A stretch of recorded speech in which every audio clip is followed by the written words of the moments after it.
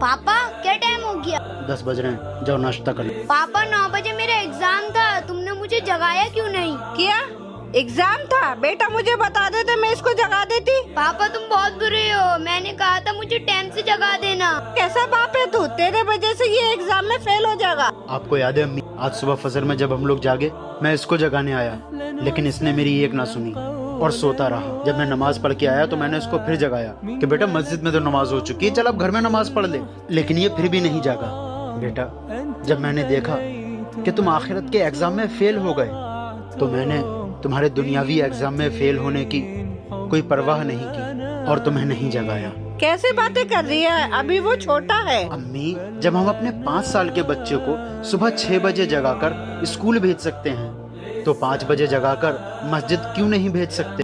पापा आप सही कहते हैं, मैं आपके साथ रोज नमाज पढ़ने के लिए उठा करूँगा।